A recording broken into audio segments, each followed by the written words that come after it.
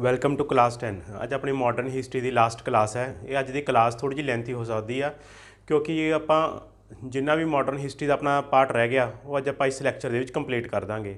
ਆਪਣਾ ਜਿਹੜਾ ਅੱਜ ਦਾ ਕੰਟੈਂਟ ਰਹੇਗਾ ਉਹ ਸਿਵਲ ਡਿਸਓਬੀਡੀਐਂਸ ਮੂਵਮੈਂਟ ਤੋਂ ਲੈ ਕੇ ਇੰਡੀਪੈਂਡੈਂਸ 1947 ਤੱਕ ਆਪਾਂ ਅੱਜ ਕਵਰ ਕਰਾਂਗੇ। ਤੇ ਉਸ ਤੋਂ ਬਾਅਦ ਜਿਹੜਾ ਆਪਣਾ ਮਿਸਲੀਨੀਅਸ ਟੌਪਿਕਸ ਰਹਿ ਜਾਣਗੇ ਜਿਵੇਂ ਗਵਰਨਰ ਜਨਰਲਸ ਹੋ ਗਏ ਜਾਂ ਕੁਛ ਐਕਟਸ ਹੋ ਗਏ, ਉਹਨੂੰ ਆਪਾਂ ਇੱਕ ਸੈਪਰੇਟ ਵੀਡੀਓ 'ਚ ਆਪਾਂ ਕਵਰ ਕਰਾਂਗੇ। ਅੱਜ ਦਾ ਜਿਹੜਾ ਆਪਣਾ ਲੈਕਚਰ ਹੈ ਥੋੜ੍ਹਾ ਜਿਹਾ ਲੈਂਥੀ ਹੋਏਗਾ, ਜਿਵੇਂ ਕਿ ਤੁਹਾਨੂੰ ਦੱਸਿਆ ਆਪਾਂ ਸਾਰੀ ਮਾਡਰਨ ਹਿਸਟਰੀ ਅੱਜ ਇੱਕ ਲੈਕਚਰ 'ਚ ਕੰਪਲੀਟ ਕਰ ਦਾਂਗੇ। ਆਪਾਂ ਸਟਾਰਟ ਕਰਦੇ ਹਾਂ। ਸਿਵਲ ਡਿਸਓਬੀਡੀਐਂਸ ਮੂਵਮੈਂਟ, ਜਿਹੜੀ ਸਿਵਲ ਡਿਸਓਬੀਡੀਐਂਸ ਮੂਵਮੈਂਟ ਸੀਗੀ ਇਹਨੂੰ ਆਪਾਂ ਇੱਕ ਹੋਰ ਨਾਮ ਨਾਲ ਜਾਣਦੇ ਹਾਂ, ਸਾਲਟ ਮਾਰਚ ਜਾਂ ਫਿਰ ਨਮਕ ਸੱਤਿਆਗ੍ਰਹਿ ਜਾਂ ਫਿਰ ਡਾਂਡੀ ਮਾਰਚ। ਅਤੇ ਇਹ 24 ਡੇ ਕੈਂਪੇਨ ਚੱਲਿਆ ਸੀ 12 ਮਾਰਚ ਤੋਂ ਲੈ ਕੇ 26 ਅਪ੍ਰੈਲ 1930 ਤੱਕ। It was a direct action campaign of tax resistance and non payment of taxes against British salt monopoly. ਜਿਹੜੇ ਬ੍ਰਿਟਿਸ਼ਰਸ ਨੇ ਆਪਣੀ ਸਾਲਟ ਦੇ ਪ੍ਰੋਡਕਸ਼ਨ ਦੇ ਉੱਪਰ ਮੋਨੋਪਲੀ ਕੀਤੀ ਸੀ ਇਹ ਉਹਦੇ ਖਿਲਾਫ ਸੀਗਾ। ਅਤੇ ਇਹ ਜਿਹੜਾ ਮਾਰਚ ਹੈ ਸਟਾਰਟ ਹੁੰਦਾ ਸਾਬਰਮਤੀ ਆਸ਼ਰਮ ਜਿਹੜਾ ਕਿ ਅਹਿਮਦਾਬਾਦ ਦੇ ਵਿੱਚ ਹੈ, ਤੋਂ ਇਹ ਜਾਂਦਾ coastal village of Dandi. Gujarat ਦੇ ਵਿੱਚ ਇੱਕ ਕੋਸਟ ਹੈ ਡਾਂਡੀ ਨਾਮ ਦਾ, ਉੱਥੇ ਨਾਮ 'ਤੇ ਇਹ ਜਗ੍ਹਾ ਖਤਮ ਹੁੰਦੀ ਹੈ ਜਾ ਕੇ ਡਾਂਡੀ ਮਾਰਚ। ਹੁਣ ਇਸ ਸਿਵਲ ਡਿਸਓਬੀਡੀਐਂਸ ਦਾ ਆਪਾਂ ਓਵਰਵਿਊ ਦੇਖਿਆ, ਹੁਣ ਇਸ ਤੋਂ ਦੇਖਦੇ ਹਾਂ ਉਹ ਕਿਹੜੀ ਸਿਚੁਏਸ਼ਨ ਸੀ ਜਾਂ ਫਿਰ ਬੈਕਗਰਾਊਂਡ ਕੀ ਹੈ ਸਿਵਲ ਡਿਸਓਬੀਡੀਐਂਸ ਮੂਵਮੈਂਟ ਦਾ, ਜਿਹੜਾ ਕਿ ਬਹੁਤ ਹੀ ਆਪਣੇ ਲਈ ਜ਼ਰੂਰੀ ਹੈ। ਬਹੁਤ ਸਾਰੇ ਆਪਾਂ ਨੂੰ ਫੈਕਟ ਦੇਖਣ ਨੂੰ ਮਿਲਣਗੇ। ਕਲਕੱਤਾ ਸੈਸ਼ਨ ਹੁੰਦਾ ਕਾਂਗਰਸ ਦਾ 1928 ਦੇ ਵਿੱਚ। ਇਸ ਸੈਸ਼ਨ ਦੇ ਵਿੱਚ ਜਿਹੜੀ ਨਹਿਰੂ ਰਿਪੋਰਟ ਹੈ ਉਹਨੂੰ ਅਪਰੂਵ ਕੀਤਾ ਜਾਂਦਾ ਹੈ।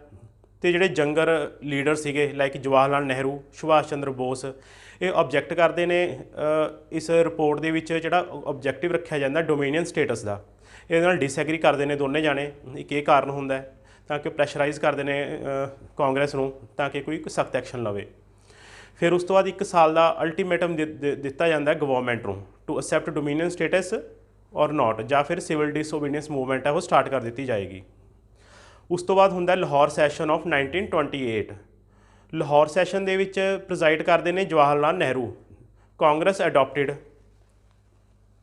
Complete independence at its goal. ਅਤੇ ਕਾਂਗਰਸ ਕਹਿ ਦਿੰਦੀ ਹੈ ਹੁਣ ਜਿਹੜਾ ਕੰਪਲੀਟ ਇੰਡੀਪੈਂਡੈਂਸ ਆ ਇਹ ਸਾਡਾ ਗੋਲ ਆ। ਅਤੇ ਇਹ ਡਿਸਾਈਡ ਕੀਤਾ ਜਾਂਦਾ ਸਿਵਲ ਡਿਸਓਬੀਡੀਐਂਸ ਮੂਵਮੈਂਟ ਆਪਾਂ ਲਾਂਚ ਕਰਾਂਗੇ 26 ਜਨਵਰੀ 1932।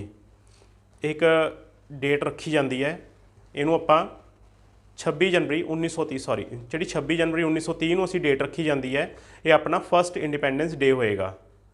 ਅਤੇ ਉਸ ਤੋਂ ਬਾਅਦ ਜਿਹੜੀ ਰਾਊਂਡ ਟੇਬਲ ਕਾਨਫਰੰਸ ਹੈ ਉਹਨੂੰ ਵੀ ਬਾਇਕਾਟ ਕਰਨ ਦਾ ਜਿਹੜਾ ਫੈਸਲਾ ਹੈ ਲਾਹੌਰ ਸੈਸ਼ਨ ਦੇ ਵਿੱਚ ਹੁੰਦਾ। ਉਸ ਤੋਂ ਬਾਅਦ 31 ਦਸੰਬਰ 1929 ਦੀ ਅੱਧੀ ਰਾਤ ਨੂੰ ਜਿਹੜਾ ਰਿਵਰ ਰਾਵੀ ਹੁੰਦਾ ਉਹਦੇ ਬੈਂਕ ਦੇ ਉੱਪਰ ਜਵਾਹਰ ਲਾਲ ਨਹਿਰੂ ਆਪਣਾ ਜਿਹੜਾ ਨਿਊਲੀ ਅਡੋਪਟਿਡ ਟ੍ਰਾਈਕਲਰ ਫਲੈਗ ਹੈ ਉਹਨੂੰ ਫਹਿਰਾਉਂਦੇ ਨੇ।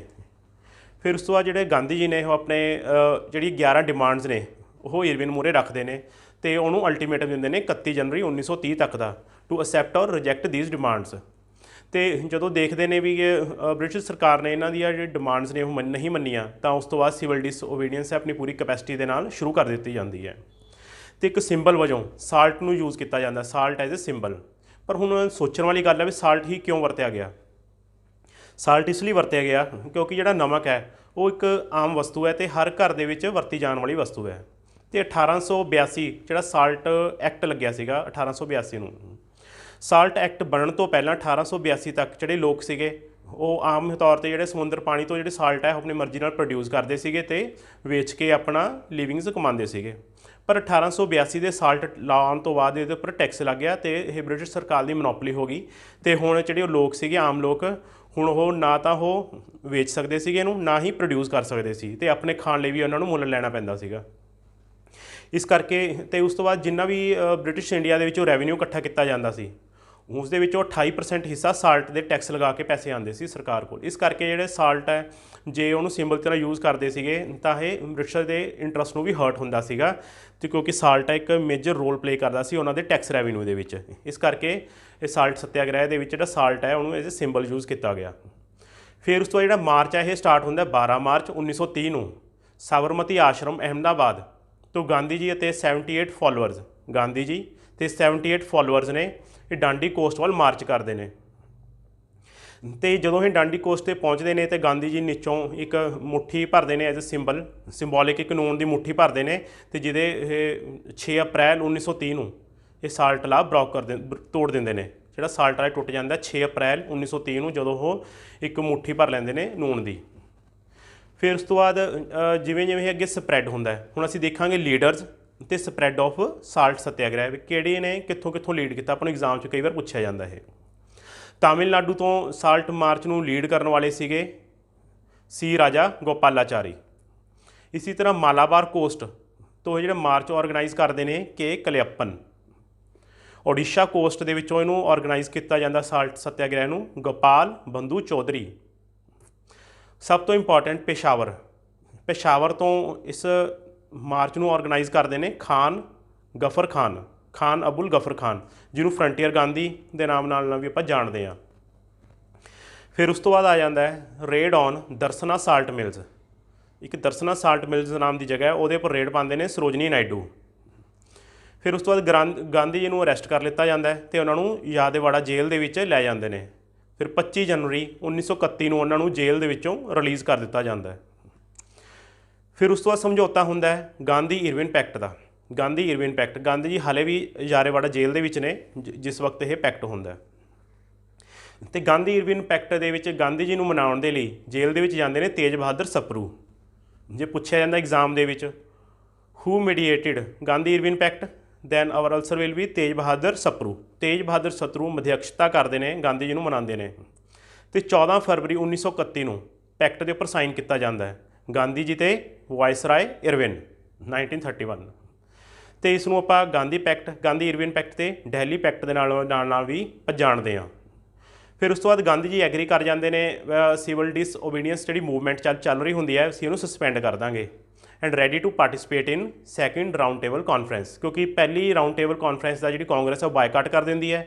ਅਤੇ ਉਸ ਤੋਂ ਬਾਅਦ ਹੁੰਦਾ ਗਾਂਧੀ ਇਰਵਿਨ ਪੈਕਟ ਦੇ ਵਿੱਚ ਗਾਂਧੀ ਜੀ ਨੂੰ ਭਰੋਸਾ ਦਿਵਾਇਆ ਜਾਂਦਾ ਹੈ ਅਤੇ ਇਸ ਦੀ ਇਹ ਲੀਡ ਮਿਲਦੀ ਹੈ, ਉਹ ਮੰਨ ਜਾਂਦੇ ਨੇ ਸੈਕਿੰਡ ਰਾਊਂਡ ਟੇਬਲ ਕਾਨਫਰੰਸ, ਜਿਹੜੀ ਇੱਕੋ ਇੱਕ ਕਾਨਫਰੰਸ ਹੈ ਜਿਹਦੇ ਵਿੱਚ ਗਾਂਧੀ ਜੀ ਨੇ ਪਾਰਟੀਸਪੇਟ ਕੀਤਾ। ਫਿਰ ਉਸ ਤੋਂ ਬਾਅਦ ਆਪਾਂ ਇੱਕ ਬੇਸਿਕ ਜਿਹਾ ਡਿਫਰੈਂਸ ਦੇਖਦੇ ਹਾਂ, ਕਿਉਂਕਿ ਇਸ ਤੋਂ ਪਹਿਲਾਂ ਆਪਾਂ ਕਰਕੇ ਹਟੇ ਸੀਗੇ ਨੋਨ ਕੋਆਪਰੇਟਿਵ ਮੂਵਮੈਂਟ ਅਤੇ ਅੱਜ ਆਪਾਂ ਕੀਤੀ ਹੈ ਸਿਵਲ ਡਿਸਓਬੀਡੀਐਂਸ ਮੂਵਮੈਂਟ। ਇਹਨਾਂ ਦੋਨਾਂ 'ਚ ਬੇਸਿਕ ਫਰਕ ਕੀ ਹੈ? ਜਿਹੜੀ ਤਾਂ ਸਿਵਲ ਡਿਸਓਬੀਡੀਐਂਸ ਮੂਵਮੈਂਟ ਹੈ, ਇਹਦੇ ਵਿੱਚ ਜਿਹੜੀ ਡਿਮਾਂਡ ਹੁੰਦੀ ਹੈ ਕਾਂਗਰਸ ਦੀ, ਉਹ ਹੈਗੀ ਹੈ ਕੰਪਲੀਟ ਇੰਡੀਪੈਂਡੈਂਸ। ਅਤੇ ਜਿਹੜੀ ਆਪਾਂ ਨੋਨ ਕੋਆਪਰੇਟਿਵ ਮੂਵਮੈਂਟ ਦੇਖੀ ਸੀ, ਉਹਦੇ ਵਿੱਚ ਕਾਂਗਰਸ ਦੀ ਡਿਮਾਂਡ ਸੀਗੀ ਸਵਰਾਜ। ਅਤੇ ਇੱਧਰ ਆਪਣੇ ਕੋਲ ਜਿਹੜੀ CDM ਹੈ ਸਿਵਲ ਡਿਸਓਬੀਡੀਐਂਸ ਮੂਵਮੈਂਟ, ਇਹਦੇ ਵਿੱਚ ਬੇਸਿਕਲੀ ਹੁੰਦਾ ਵਾਇਲੇਸ਼ਨ ਆਫ ਲਾਅ। ਅਤੇ ਨੋਨ ਕੋਆਪਰੇਸ਼ਨ ਦੇ ਵਿੱਚ ਹੁੰਦਾ non cooperation with foreign rule.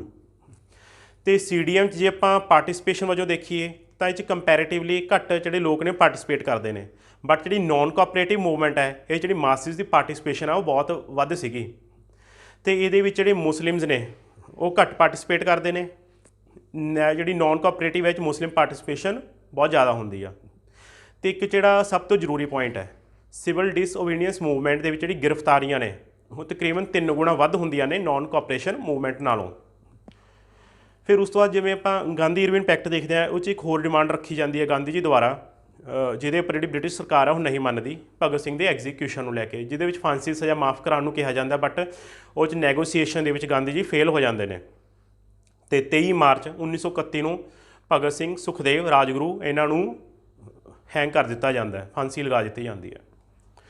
ਉਸ ਤੋਂ ਬਾਅਦ ਆਪਣੇ ਕੋਲ ਆਉਂਦਾ ਹੈ Karachi session of Indian national Congress, ਜਿਹੜਾ ਕਿ ਕੰਡਕਟ ਹੁੰਦਾ ਹੈ 29 ਮਾਰਚ 1931 ਨੂੰ। ਤਕਰੀਬਨ ਭਗਤ ਸਿੰਘ ਦੀ ਐਗਜ਼ੀਕਿਊਸ਼ਨ ਤੋਂ 6 ਦਿਨਾਂ ਬਾਅਦ ਜਦੋਂ ਇਹ ਆਪਣੇ ਇਸ ਕਰਾਚੀ ਸੈਸ਼ਨ ਲਈ ਜਾ ਰਹੇ ਹੁੰਦੇ ਨੇ ਤਾਂ ਇਹਨਾਂ ਨੂੰ ਕਾਲੀਆਂ ਝੰਡੀਆਂ ਦਿਖਾਈਆਂ ਜਾਂਦੀਆਂ ਨੇ, ਕਿਉਂਕਿ ਗਾਂਧੀ ਜੀ ਫੇਲ ਹੋ ਜਾਂਦੇ ਨੇ ਨੈਗੋਸ਼ੀਏਟ ਕਰਨ ਲਈ ਬ੍ਰਿਟਿਸ਼ ਸਰਕਾਰ ਦੇ ਨਾਲ ਭਗਤ ਸਿੰਘ ਦੀ ਫਾਂਸੀ ਮਾਫ ਕਰਾਉਣ ਦੇ ਵਿੱਚ। ਇਸ ਕਰਕੇ ਇਹਨਾਂ ਨੂੰ ਪ੍ਰੋਟੈਸਟ ਦਾ ਸਾਹਮਣਾ ਕਰਨਾ ਪੈਂਦਾ ਲੋਕਾਂ ਦਾ। ਅਤੇ ਕਰਾਚੀ ਸੈਸ਼ਨ 1931 ਦੀ ਖਾਸ ਗੱਲ ਇਹ ਹੈ ਕਿ ਇਹ ਪ੍ਰੀਜ਼ਾਈਡ ਕੀਤਾ ਜਾਂਦਾ ਸਰਦਾਰ ਪਟੇਲ ਦੁਆਰਾ। ਸਰਦਾਰ ਵੱਲਭ ਭਾਈ ਪਟੇਲ ਇਹਦੇ ਪ੍ਰੈਜ਼ੀਡੈਂਟ ਹੁੰਦੇ ਨੇ। ਅਤੇ ਇੱਕ ਸਪੈਸ਼ਲ ਸੈਸ਼ਨ ਹੈ ਕਾਂਗਰਸ ਦਾ to support Gandhi Irwin pact, ਉਹਨੂੰ ਇੰਡੋਰਸ ਕਰਨ ਦੇ ਲਈ ਗਾਂਧੀ ਇਰਵਿਨ ਪੈਕਟ ਨੂੰ ਇਹ ਸੈਸ਼ਨ ਰੱਖਿਆ ਜਾਂਦਾ ਹੈ। ਅਤੇ ਇਸ ਸੈਸ਼ਨ ਦੇ ਵਿੱਚ 2 ਇੰਪੋਰਟੈਂਟ ਰੈਜ਼ੋਲਿਊਸ਼ਨਸ ਨੇ ਉਹ ਅਡੋਪਟ ਕੀਤੇ ਜਾਂਦੇ ਨੇ। ਸਭ ਤੋਂ ਪਹਿਲਾਂ ਫੰਡਾਮੈਂਟਲ ਰਾਈਟਸ, ਅਤੇ ਜਿਹੜਾ ਦੂਜਾ ਰੈਜ਼ੋਲਿਊਸ਼ਨ ਆ ਨੈਸ਼ਨਲ ਇਕਨੋਮਿਕ ਪ੍ਰੋਗਰਾਮ। ਜਿਹੜਾ ਫੰਡਾਮੈਂਟਲ ਰਾਈਟਸ ਸੀਗੇ ਇਹ ਡਰਾਫਟ ਕੀਤੇ ਗਏ ਸੀ ਜਵਾਹਰ ਲਾਲ ਨਹਿਰੂ ਦੁਆਰਾ। ਐਗਜ਼ਾਮ ਦੇ ਵਿੱਚ ਆਪਾਂ ਨੂੰ ਇਹੀ ਪੁੱਛਿਆ ਜਾਂਦਾ ਕਈ ਵਾਰੀ ਜਿਹੜੇ ਫੰਡਾਮੈਂਟਲ ਰਾਈਟਸ ਨੇ ਇਹ ਕਿਹੜੇ ਇੰਡੀਅਨ ਨੈਸ਼ਨਲ ਕਾਂਗਰਸ ਦੇ ਸੈਸ਼ਨ ਦੇ ਵਿੱਚ ਆਏ ਸੀਗੇ? ਤਾਂ ਆਨਸਰ ਹੋਏਗਾ ਕਰਾਚੀ ਸੈਸ਼ਨ ਆਫ ਮਾਰਚ 1931। ਅਤੇ ਕਈ ਵਾਰ ਇਹਦੇ ਪ੍ਰੈਜ਼ੀਡੈਂਟ ਦਾ ਨਾਮ ਪੁੱਛਿਆ ਜਾਂਦਾ ਹੈ, ਤਾਂ ਉਹ ਹੈਗੇ ਨੇ ਸਰਦਾਰ ਵੱਲਭ ਭਾਈ ਪਟੇਲ। ਤੇ PCS 'ਚ ਇੱਕ ਵਾਰ ਪੁੱਛਿਆ ਗਿਆ ਸੀ ਜਿਹੜੇ ਫੰਡਾਮੈਂਟਲ ਰਾਈਟਸ ਸੀਗੇ ਇਹਨੂੰ ਡਰਾਫਟ ਕਿਹਨੇ ਕੀਤਾ ਸੀ, ਤਾਂ ਆਪਣਾ ਆਨਸਰ ਹੋਏਗਾ ਜਵਾਹਰ ਲਾਲ ਨਹਿਰੂ। ਨੈਕਸਟ ਆਪਣੇ ਕੋਲ ਹੁਣ ਆਉਣਗੀਆਂ ਰਾਊਂਡ ਟੇਬਲ ਕਾਨਫਰੰਸਿਸ। ਜਿਹੜੀ ਪਹਿਲੀ ਰਾਊਂਡ ਟੇਬਲ ਕਾਨਫਰੰਸ ਹੈ ਉਹ ਹੁੰਦੀ ਹੈ ਨਵੰਬਰ 1930 ਨੂੰ। ਜਿੰਨੀਆਂ ਵੀ ਤਿੰਨੇ ਰਾਊਂਡ ਟੇਬਲ ਕਾਨਫਰੰਸਿਸ ਨੇ ਇਹ ਲੰਡਨ ਦੇ ਵਿੱਚ ਆਰਗੇਨਾਈਜ਼ ਕੀਤੀਆਂ ਜਾਂਦੀਆਂ ਨੇ। ਜਿਹੜੀ ਪਹਿਲੀ ਹੈ ਨਵੰਬਰ 1930 ਲੰਡਨ ਦੇ ਵਿੱਚ ਹੁੰਦੀ ਹੈ ਤੇ ਇਹਨੂੰ ਆਫੀਸ਼ੀਅਲੀ ਓਪਨ ਕਰਦੇ ਨੇ ਕਿੰਗ ਜਾਰਜ 5 ਤੇ ਇਹਦੇ ਚੇਅਰਮੈਨ ਹੁੰਦੇ ਨੇ ਰਾਮਸੇ ਮੈਕਡੋਨਲਡ ਜਿਹੜੇ ਉਸ ਵਕਤ ਬ੍ਰਿਟੇਨ ਦੇ ਪ੍ਰਧਾਨ ਮੰਤਰੀ ਹੁੰਦੇ ਨੇ। ਤੇ ਕਾਂਗਰਸ ਇਸ ਦਾ ਬਾਈਕਾਟ ਕਰ ਦਿੰਦੀ ਹੈ। ਜਿਵੇਂ ਕਿ ਤੁਸੀਂ ਦੇਖਿਆ ਲਾਹੌਰ ਸੈਸ਼ਨ ਦੇ ਵਿੱਚ ਇਹ ਇੱਕ ਮਤਾ ਪਾਸ ਕੀਤਾ ਜਾਂਦਾ ਕਿ ਆਪਾਂ ਰਾਊਂਡ ਟੇਬਲ ਕਾਨਫਰੰਸ ਬਾਈਕਾਟ ਕਰਾਂਗੇ, ਇਸ ਕਰਕੇ ਜਿਹੜੀ ਪਹਿਲੀ ਕਾਨਫਰੰਸ ਹੈ ਉਹਦਾ ਬਾਈਕਾਟ ਹੋ ਜਾਂਦਾ। ਬਟ ਉਸ ਤੋਂ ਬਾਅਦ ਜਿਹੜੀ ਇਰਵਿਨ ਪੈਕਟ ਹੁੰਦਾ ਉਹਦੇ ਵਿੱਚ ਗਾਂਧੀ ਨੂੰ ਮਨਾ ਲਿਆ ਜਾਂਦਾ ਹੈ ਤੇ ਇੱਕ ਰਾਊਂਡ ਟੇਬਲ ਕਾਨਫਰੰਸ ਬਣਦੀ ਹੈ ਜਿਹਦੇ ਵਿੱਚ ਗਾਂਧੀ ਜੀ ਪਾਰਟਿਸਿਪੇਟ ਕਰਦੇ ਨੇ ਕਾਂਗਰਸ ਦੇ ਬਿਹਾਫ ਦੇ ਉੱਪਰ। ਸੈਕਿੰਡ ਰਾਊਂਡ ਟੇਬਲ ਕਾਨਫਰੰਸ ਹੁੰਦੀ ਹੈ ਸਤੰਬਰ 1931 ਦੇ ਵਿੱਚ ਲੰਡਨ ਦੇ ਵਿੱਚ। ਹੁਣ ਵਾਇਸਰਾਏ ਹੈਗੇ ਨੇ ਲਾਰਡ ਵਿਲਿੰਗਡਨ। ਜਿਹੜੀ ਇੰਡੀਆ ਦੇ ਵਾਇਸਰਾਏ ਨੇ ਇਸ ਟਾਈਮ ਦੇ ਵਿੱਚ ਉਹ ਹੈਗੇ ਨੇ ਲਾਰਡ ਵਿਲਿੰਗਡਨ। ਤੇ ਕਾਂਗਰਸ ਵਾਜ਼ ਰਿਪਰੈਜ਼ੈਂਟਡ ਬਾਈ ਗਾਂਧੀ। ਕਾਂਗਰਸ ਵੱਲੋਂ ਕੌਣ ਜਾਂਦਾ ਲੀਡਰ? ਗਾਂਧੀ। ਤੇ ਇਸ ਕਾਨਫਰੰਸ ਦੇ ਵਿੱਚ ਇੱਕ ਡੈਡਲੌਕ ਪੈ ਜਾਂਦਾ ਹੈ on the issue of minority and separate electorate for depressed classes, ਜਿਸ ਦਾ ਆਊਟਕਮ ਇਹ ਹੁੰਦਾ ਹੈ ਰਾਮਸੇ ਮੈਕਡੋਨਲਡ ਕਮਿਊਨਲ ਅਵਾਰਡਸ ਅਨਾਊਂਸ ਕਰ ਦਿੰਦੇ ਨੇ ਅਗਸਤ 1932 ਦੇ ਵਿੱਚ। ਜਿਹੜੇ ਇਹ ਅਵਾਰਡਸ ਨੇ ਕਮਿਊਨਲ ਅਵਾਰਡਸ ਨੇ ਇਹ ਕਿਹਦੀ ਰਿਕਮੈਂਡੇਸ਼ਨ ਉੱਪਰ ਬੇਸ ਹੁੰਦੇ ਨੇ? ਇਹ ਹੁੰਦੇ ਨੇ ਲੋਥੀਅਨ ਕਮੇਟੀ। ਕਈ ਵਾਰ ਐਗਜ਼ਾਮ 'ਚ ਪੁੱਛਿਆ ਜਾ ਸਕਦਾ ਹੈ ਵੀ ਜਿਹੜੇ ਕਮਿਊਨਲ ਅਵਾਰਡ ਸੀਗੇ ਇਹ ਕਿਹੜੀ ਕਮੇਟੀ ਦੀ ਰਿਕਮੈਂਡੇਸ਼ਨ ਹੈ? ਇਹ ਹੋਏਗਾ ਆਪਣਾ ਲੋਥੀਅਨ LOTHIAN ਲੋਥੀਅਨ ਕਮੇਟੀ ਦੁਆਰਾ ਇਹ ਰਿਕਮੈਂਡ ਕੀਤੇ ਜਾਂਦੇ ਨੇ। ਨੈਕਸਟ ਆਪਣੇ ਕੋਲ ਹੈਗਾ ਥਰਡ ਰਾਊਂਡ ਟੇਬਲ ਕਾਨਫਰੰਸ। ਜਿਹੜੀ ਥਰਡ ਰਾਊਂਡ ਟੇਬਲ ਕਾਨਫਰੰਸ ਹੈ ਇਹਦੇ ਵਿੱਚ ਹੁਣ ਜਿਹੜੀ ਕਾਂਗਰਸ ਆ ਉਹ ਪਾਰਟਿਸਿਪੇਟ ਨਹੀਂ ਕਰਦੀ। ਮੈਜੋਰਟੀ ਜਿਹੜੇ ਪਾਰਟਿਸਿਪੇਟ ਨਹੀਂ ਕਰਦੇ ਇਹਦੇ ਵੀ ਲੀਡਰਸ। ਤੇ ਆਊਟਕਮ ਹੈ ਥਰਡ ਰਾਊਂਡ ਟੇਬਲ ਕਾਨਫਰੰਸ ਦਾ ਸਿਗਨੀਫਿਕੈਂਸ ਕੀ ਹੈ ਐਗਜ਼ਾਮ 'ਚ ਹੁੰਦਾ ਕਈ ਵਾਰੀ। ਇਹਦੀ ਆਊਟਕਮ ਹੈਗੀ ਆ ਗਵਰਨਮੈਂਟ ਆਫ ਇੰਡੀਆ ਐਕਟ 1935। ਤੇ ਉਸ ਤੋਂ ਬਾਅਦ ਜਿਹੜੇ ਭੀਮ ਰਾਓ ਅੰਬੇਦਕਰ ਨੇ ਇਹ ਇਕੱਲੇ ਇੱਕੋ ਇੱਕ ਇਹੋ ਜਿਹੇ ਪਰਸਨ ਨੇ ਜਿਹੜੇ, ਇੱਕ ਹੋਰ ਵੀ ਬੰਦਾ ਸ਼ਾਇਦ ਤੇਜ ਬਹਾਦਰ ਸਪਰੂ, ਇਹ ਦੋਵੇਂ ਇਹੋ ਜਿਹੇ ਬੰਦੇ ਨੇ ਜਿਹੜੇ ਤਿੰਨੇ ਰਾਊਂਡ ਟੇਬਲ ਕਾਨਫਰੰਸ ਦੇ ਵਿੱਚ ਹਿੱਸਾ ਲੈਂਦੇ ਨੇ। ਐਗਜ਼ਾਮ 'ਚ ਕਈ ਵਾਰ ਪੁੱਛਿਆ ਜਾਂਦਾ ਹੈ who is the only person to participate in all the 3 round table conferences, ਤਾਂ ਆਪਣਾ ਆਨਸਰ ਹੋਏਗਾ ਭੀਮ ਰਾਓ ਅੰਬੇਦਕਰ। ਹੁਣ ਆਪਾਂ ਦੇਖਦੇ ਹਾਂ ਕਮਿਊਨਲ ਅਵਾਰਡ। ਕਮਿਊਨਲ ਅਵਾਰਡ ਕੀ ਸੀਗੇ?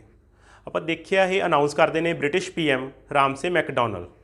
ਜਿਹੜੇ ਕਮਿਊਨਲ ਅਵਾਰਡਸ ਨੇ ਇਹ ਬੇਸ ਹੁੰਦੇ ਨੇ ਲੋਥੀਅਨ ਕਮੇਟੀ ਦੇ ਉੱਪਰ ਤੇ ਇਹਦੇ ਦੁਆਰਾ ਇੱਕ ਸੈਪਰੇਟ ਇਲੈਕਟੋਰੇਟ ਤੇ ਸੀਟਸ ਦੀ ਰੈਜ਼ਰਵੇਸ਼ਨ ਦਿੱਤੀ ਜਾਂਦੀ ਹੈ ਮਾਈਨੋਰਿਟੀਜ਼ ਨੂੰ, ਇਨਕਲੂਡਿੰਗ ਡਿਪਰੈਸਡ ਕਲਾਸਿਸ। ਤੇ ਉਸ ਤੋਂ ਬਾਅਦ ਡਿਪਰੈਸਡ ਕਲਾਸਿਸ ਹੋ ਗਈਆਂ ਜਿਨ੍ਹਾਂ ਨੂੰ 73% ਰੈਜ਼ਰਵੇਸ਼ਨ ਮਿਲਦੀ ਹੈ ਸੀਟਾਂ ਦੀ ਸੈਂਟਰ ਦੇ ਵਿੱਚ। ਫਿਰ ਉਸ ਤੋਂ ਬਾਅਦ ਆਉਂਦਾ ਸੈਪਰੇਟ ਇਲੈਕਟੋਰੇਟ, ਉਹ 20 ਸਾਲਾਂ ਦੇ ਲਈ ਅੱਗੇ ਇਹਨਾਂ ਨੂੰ ਮਿਲ ਜਾਂਦਾ ਹੈ ਮੁਸਲਿਮਸ ਨੂੰ। Separate electorate for 20 years given to Muslims. ਫਿਰ ਉਸੇ ਤਰ੍ਹਾਂ Europeans, Indian Christians, Anglo Indians, Sikhs, depressed classes ਤੇ ਮਰਾਠਾਸ, ਇਹਨਾਂ ਨੂੰ ਵੀ ਜਿਹੜਾ ਸੈਪਰੇਟ ਇਲੈਕਟੋਰੇਟ ਹੈ ਉਹ ਦਿੱਤਾ ਜਾਂਦਾ ਹੈ। ਫਿਰ ਹੈਗਾ ਆਪਣਾ ਕੁਛ ਇੰਪੋਰਟੈਂਟ ਨੋਟ, ਯਾਨੀ ਕਿ ਕੁਛ ਮਿਸਲੀਨੀਅਸ ਪੁਆਇੰਟਸ ਨੇ। ਸਾਈਮਨ ਕਮਿਸ਼ਨ ਰਿਜੈਕਟ ਕਰ ਸਾਈਮਨ ਕਮਿਸ਼ਨ ਜਿਹੜਾ 1928 ਦੇ ਵਿੱਚ ਆਉਂਦਾ ਹੈ ਉਹ ਰਿਜੈਕਟ ਕਰਦਾ ਹੈ ਆਈਡੀਆ ਨੂੰ ਸੈਪਰੇਟ ਇਲੈਕਟੋਰੇਟ ਨੂੰ। ਬਟ ਉਹਨੇ ਇੱਕ ਜਿਹੜਾ ਆਈਡੀਆ ਸੀ ਉਹ ਰਿਟੇਨ ਕੀਤਾ concept of reservation of seats. ਜਿਹੜੇ ਕਮਿਊਨਲ ਅਵਾਰਡਸ ਹੁਣ ਦਿੱਤੇ ਗਏ ਨੇ ਰਾਮਸੇ ਮੈਕਡੋਨਲਡ ਦੁਆਰਾ ਉਹ 'ਚ ਗੱਲ ਕੀਤੀ ਗਈ ਸੀਗੀ ਵੀ ਆਪਾਂ ਸੈਪਰੇਟ ਇਲੈਕਟੋਰੇਟ ਦੇਵਾਂਗੇ ਤੇ ਰੈਜ਼ਰਵੇਸ਼ਨ ਆਫ ਸੀਟਸ ਦੇਵਾਂਗੇ। ਬਟ ਜਿਹੜਾ ਸਾਈਮਨ ਕਮਿਸ਼ਨ ਸੀਗਾ ਉਹਨੇ ਇਸ ਆਈਡੀਆ ਨੂੰ ਰਿਜੈਕਟ ਕਰਤਾ ਸੀ ਸੈਪਰੇਟ ਇਲੈਕਟੋਰੇਟ ਨੂੰ, ਬਟ ਉਹ ਇਹਨੂੰ ਮੰਨਦਾ ਸੀਗਾ ਰੈਜ਼ਰਵੇਸ਼ਨ ਆਫ ਸੀਟਸ ਨੂੰ ਉਹਨੇ ਠੀਕ ਕਿਹਾ ਸੀਗਾ।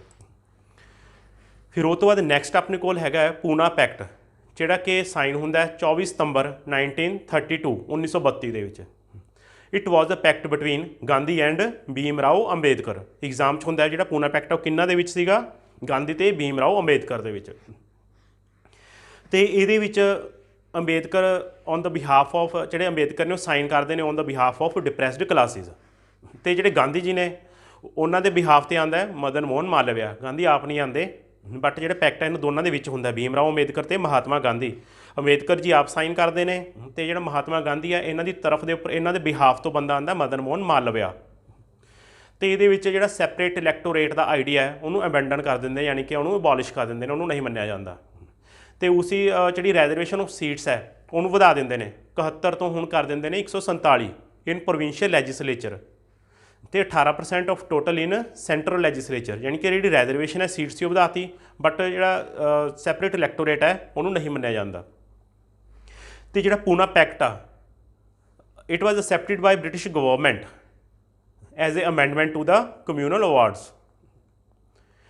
ਫਿਰ ਹੁਣ ਕੁਛ ਇੰਪੋਰਟੈਂਟ ਫੈਕਟ ਤੇ miscellaneous points. All India anti touchable, all India anti untouchable league was set up by Mahatma Gandhi.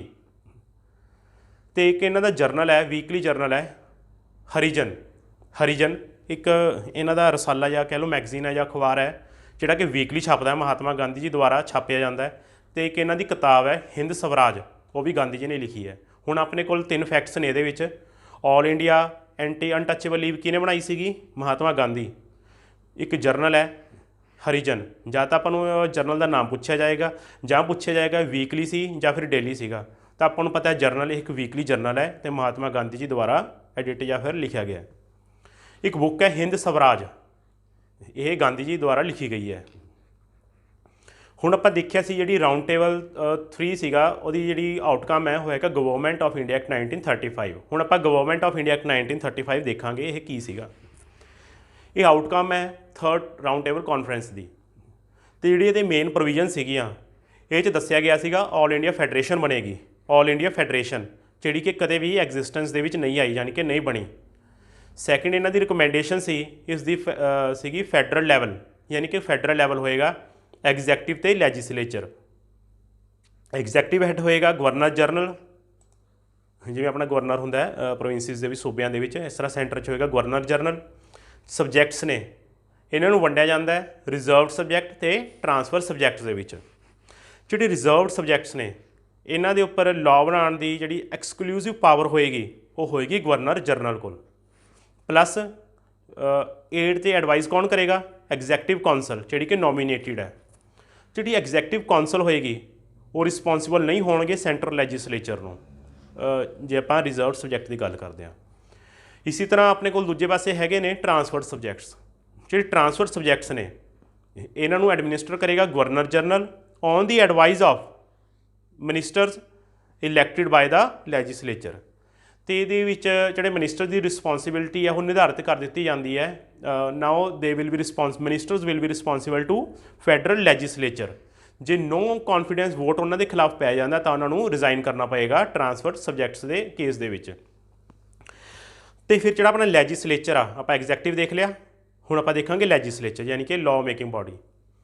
Legislature bicameral ਹੈ, ਯਾਨੀ ਕਿ upper house and lower house. Upper house ਨੂੰ ਕਿਹਾ ਗਿਆ council of states, lower house ਹੈਗਾ federal assembly. ਪਹਿਲਾਂ ਆਪਾਂ ਗੱਲ ਕਰਦੇ ਹਾਂ ਅਪਰ ਹਾਊਸ ਦੀ।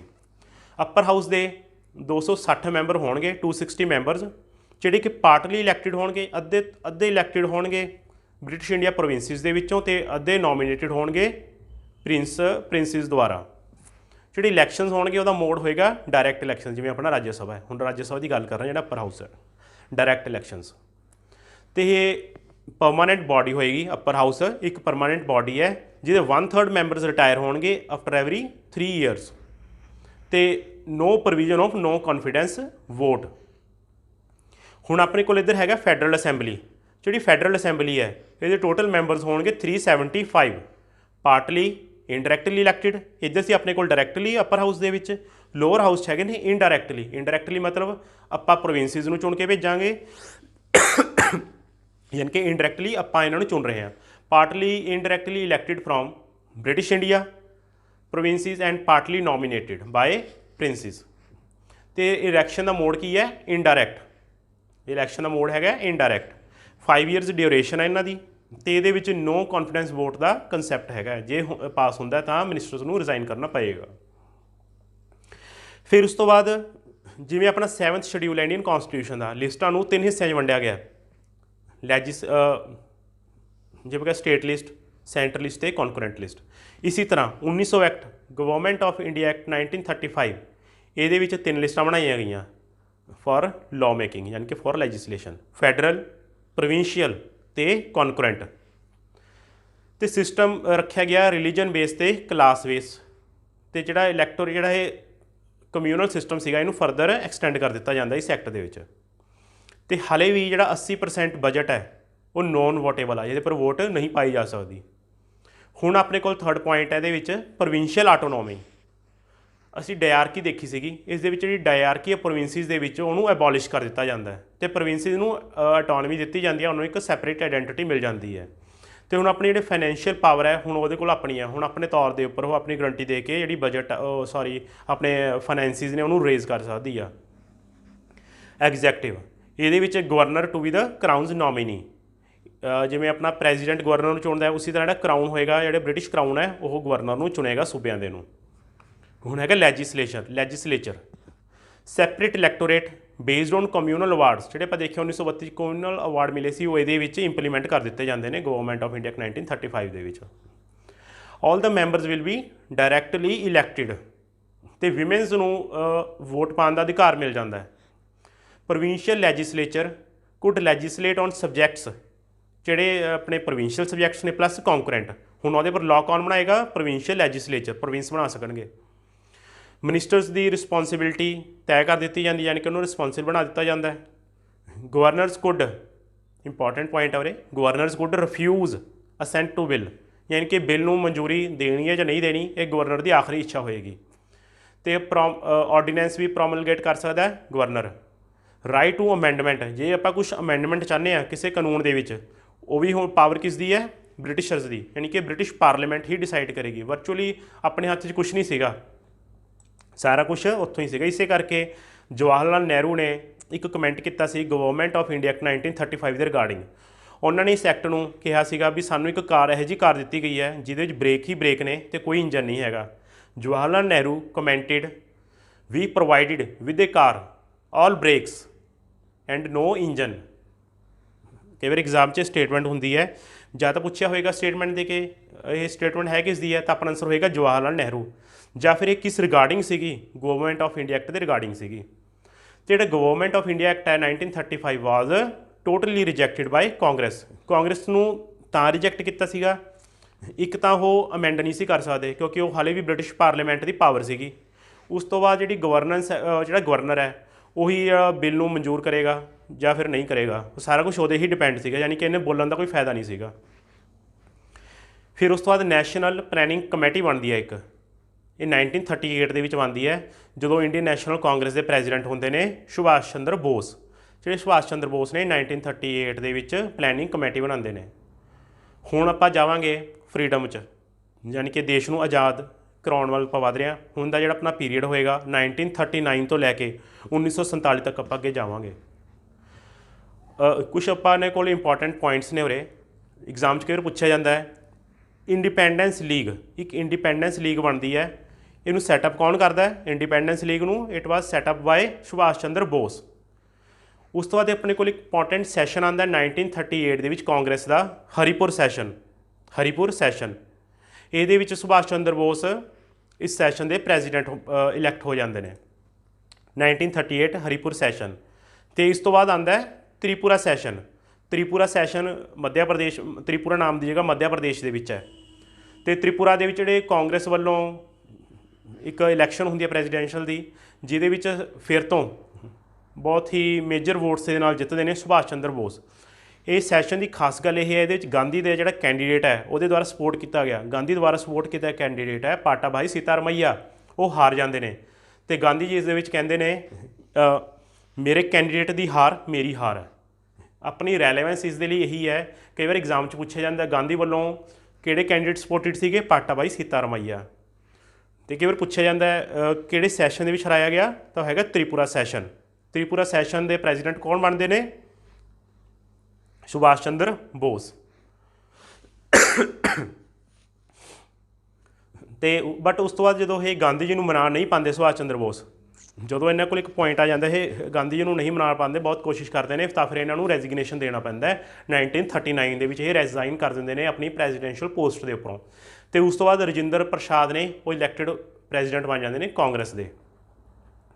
1939 ਦੇ ਵਿੱਚ ਹੁਣ ਉਹਨਾਂ ਨੇ ਰਿਜ਼ਾਈਨ ਕਰਤਾ ਤ੍ਰਿਪੁਰਾ ਸੈਸ਼ਨ ਤੋਂ, ਹੁਣ ਉਹ ਵਿਹਲੇ ਹੋ ਗਏ। ਹੁਣ ਉਹ 1939 ਦੇ ਵਿੱਚ ਸੁਭਾਸ਼ ਚੰਦਰ ਬੋਸ ਇੱਕ ਪਾਰਟੀ ਬਣਾਉਂਦੇ ਨੇ, ਯਾਨੀ ਕਿ ਗਰੁੱਪ ਬਣਾਉਂਦੇ ਨੇ, ਫਾਰਵਰਡ ਬਲਾਕ ਪਾਰਟੀ। ਇਹ ਹੈਗੀ ਹੈ ਵਿਦ ਇਨ ਦ ਕਾਂਗਰਸ, ਇਹ ਕੋਈ ਅਲੱਗ ਤੋਂ ਆਇਡੈਂਟੀਟੀ ਨਹੀਂ ਹੈਗੀ, ਇੱਕ ਧੜਾ ਹੈ ਯਾਨੀ ਕਿ ਗਰੁੱਪ ਹੈ ਕਾਂਗਰਸ ਦੇ ਵਿੱਚ ਹੀ। ਐਗਜ਼ਾਮ 'ਚ IAS ਵੀ ਇੱਕ ਵਾਰ ਪੁੱਛਿਆ ਗਿਆ ਸੀ, ਜਿਹੜੀ ਕਾਂਗਰਸ ਜਿਹੜੀ ਆ ਫਾਰਵਰਡ ਬਲੋਕ ਪਾਰਟੀ ਆ, ਇਹ ਆਊਟਸਾਈਡ ਦਾ ਕਾਂਗਰਸ ਬਣਦੀ ਹੈ, ਐਜ਼ ਇੱਕ ਪੁਆਇੰਟ ਪੁੱਛਿਆ ਗਿਆ ਸੀ ਆਪਾਂ ਨੂੰ। ਇਹ ਹੈਗੀ ਹੈ ਵਿਦ ਇਨ ਦਾ ਕਾਂਗਰਸ, ਇਸ ਕਰਕੇ ਉਹਦੀ ਅੱਖਰ ਹੈ ਵਿਦ ਇਨ, ਇਹ ਆਪਾਂ ਨੂੰ ਯਾਦ ਰੱਖਣਾ ਪਏਗਾ, ਕਾਫੀ ਇੰਪੋਰਟੈਂਟ ਹੈ। ਫਾਰਵਰਡ ਬਲੋਕ ਪਾਰਟੀ ਬਣਦੀ ਹੈ 1939 ਦੇ ਵਿੱਚ, ਇਹਨੂੰ ਬਣਾਉਂਦੇ ਨੇ ਸੁਭਾਸ਼ ਚੰਦਰ ਬੋਸ। ਹੁਣ ਆਪਣੇ ਕੋਲ ਆ ਜਾਂਦਾ ਪੀਰੀਅਡ ਸੈਕਿੰਡ ਵਰਲਡ ਵਾਰ ਦਾ, 3 ਸਤੰਬਰ 1939। ਇਹਦੇ ਵਿੱਚ ਜਿਹੜਾ ਜਰਮਨੀ ਆ ਉਹ ਪੋਲੈਂਡ ਦੇ ਉੱਪਰ ਅਟੈਕ ਕਰ ਦਿੰਦਾ 1 ਸਤੰਬਰ ਨੂੰ। 1 ਸਤੰਬਰ 1939 ਨੂੰ ਜਿਹੜਾ ਜਰਮਨੀ ਹੈ ਉਹ ਪੋਲੈਂਡ ਦੇ ਉੱਪਰ ਅਟੈਕ ਕਰ ਦਿੰਦਾ ਹੈ, ਅਤੇ ਰਿਟੈਲੀਏਸ਼ਨ ਵਜੋਂ 3 ਸਤੰਬਰ 1939 ਨੂੰ ਬ੍ਰਿਟੇਨ ਵਾਰ ਡਿਕਲੇਅਰ ਕਰ ਦਿੰਦਾ ਹੈ ਅਗੇਂਸਟ ਜਰਮਨੀ, ਅਤੇ ਬ੍ਰਿਟਿਸ਼ ਗਵਰਨਮੈਂਟ ਆਫ ਇੰਡੀਆ ਆਪਣੀ ਮਰਜ਼ੀ ਦੇ ਨਾਲ ਡਿਕਲੇਅਰ ਕਰ ਦਿੰਦੀ ਹੈ ਵੀ ਜਿਹੜਾ ਇੰਡੀਆ ਉਹ ਵਿੱਚ ਪਾਰਟੀ ਆ ਉਹ ਸਾਡੇ ਵੱਲੋਂ ਲੜੇਗਾ, ਯਾਨੀ ਕਿ ਸਾਨੂੰ ਸਪੋਰਟ ਕਰੇਗਾ ਇਸ ਵਾਰ ਦੇ ਵਿੱਚ ਵਿਦਆਊਟ ਕੰਸਲਟਿੰਗ ਇੰਡੀਅਨ ਓਪੀਨੀਅਨ। ਅਤੇ ਇਸ ਦਾ ਕਾਂਗਰਸ ਦੇ ਵਿੱਚ ਬਹੁਤ ਵਿਰੋਧ ਹੁੰਦਾ ਹੈ, ਬਟ ਐਂਡ ਮੂਵਮੈਂਟ ਦੇ ਵਿੱਚ ਸਾਨੂੰ ਕੁਛ ਆਸਾਂ ਉਮੀਦਾਂ ਹੁੰਦੀਆਂ ਨੇ ਤਾਂ ਕਿ ਵੀ ਜਿਹੜੀ ਬ੍ਰਿਟੇਨ ਆ ਵਰਲਡ ਵਾਰ 2 ਤੋਂ ਬਾਅਦ ਸਾਡਾ ਸੰਵਿਧਾਨ ਦੇਗਾ, ਸਾਨੂੰ ਡੋਮੀਨੀਅਨ ਸਟੇਟਸ ਦੇ ਦੇਗਾ। ਇਸ ਕਰਕੇ ਜਿਹੜੇ ਵਾਰ ਐਫਰਟਸ ਨੇ ਉਹਨੂੰ ਕਾਂਗਰਸ ਸਪੋਰਟ ਕਰਦੀ ਹੈ। 1939 ਦੇ ਵਿੱਚ ਜਿਹੜਾ ਵਾਇਸਰਾਏ ਹੁੰਦਾ ਇੰਡੀਆ ਦੇ ਵਿੱਚ ਉਹ ਹੈਗਾ ਲਾਰਡ ਲਿਨਲਿਥ ਗੋ, ਅਤੇ ਉਹ 1940 ਦੇ ਵਿੱਚ ਆਪਾਂ ਦੇਖਾਂਗੇ ਉਹ ਡਿਕਲੇਅਰ ਕਰੇਗਾ ਵੀ ਇੰਡੀਆ ਨੂੰ ਅਸੀਂ ਡੋਮੀਨੀਅਨ ਸਟੇਟਸ ਦੇਵਾਂਗੇ ਆਫਟਰ ਦਾ ਵਾਰ। ਇਸੇ ਚੱਕਰ ਦੇ ਵਿੱਚ ਜਿਹੜੀ ਕਾਂਗਰਸ ਹੈ ਵਰਲਡ ਵਾਰ ਦੇ ਵਿੱਚ ਬ੍ਰਿਟਿਸ਼ ਦੇ ਐਫਰਟਸ ਨੂੰ ਸਪੋਰਟ ਕਰਦੀ ਹੈ। ਉਸ ਤੋਂ ਬਾਅਦ ਆਉਂਦਾ ਹੈ Lahore resolution of 1940।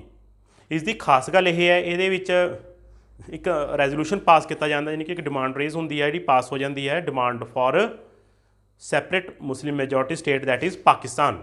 Pakistan the demand ਕਿੱਥੇ ਹੁੰਦੀ ਹੈ? ਲਾਹੌਰ ਰੈਜ਼ੋਲੂਸ਼ਨ 1940 ਦੇ ਵਿੱਚ ਇੱਕ ਮੁਸਲਿਮ ਲੀਗ ਦਾ ਸੈਸ਼ਨ ਹੁੰਦਾ ਜਿਹਦੇ ਵਿੱਚ ਇੱਕ ਡਿਮਾਂਡ ਪਾਸ ਕੀਤੀ ਜਾਂਦੀ ਹੈ, ਸਾਨੂੰ ਪਾਕਿਸਤਾਨ ਚਾਹੀਦਾ। ਇਹ ਤੋਂ ਬਾਅਦ ਆਪਣੇ ਕੋਲ ਆ ਜਾਂਦਾ ਹੈ ਅਗਸਤ ਆਫਰ 1940। ਅਗਸਤ ਆਫਰ ਜਿਹੜਾ 1940 ਹੈ ਇਹਦੇ ਵਿੱਚ ਵਾਇਸਰਾਏ ਹੁੰਦੇ ਨੇ ਇਸ ਵਕਤ ਇੰਡੀਆ ਦੇ ਵਿੱਚ, ਉਹ ਹੈਗੇ ਨੇ ਲਾਰਡ ਲਿਨਲਿਥ ਗੋ। ਇਹਦੇ ਵਿੱਚ ਡੋਮੀਨੀਅਨ ਸਟੇਟਸ ਦੀ ਗੱਲ ਕੀਤੀ ਜਾਂਦੀ ਹੈ ਵੀ ਇੰਡੀਆ ਨੂੰ ਡੋਮੀਨੀਅਨ ਸਟੇਟਸ ਮਿਲੇਗਾ, ਅਤੇ ਐਕਸਪੈਂਸ਼ਨ ਕੀਤੀ ਜਾਂਦੀ ਹੈ ਵਾਇਸਰਾਏ ਦੀ ਐਗਜ਼ੈਕਟਿਵ ਕੌਂਸਲ ਦੀ। ਵਾਇਸਰਾਏ ਦੀ ਜਿਹੜੀ ਐਗਜ਼ੈਕਟਿਵ ਕੌਂਸਲ ਹੈ ਉਹਦੀ ਐਕਸਪੈਂਸ਼ਨ ਹੁੰਦੀ ਹੈ।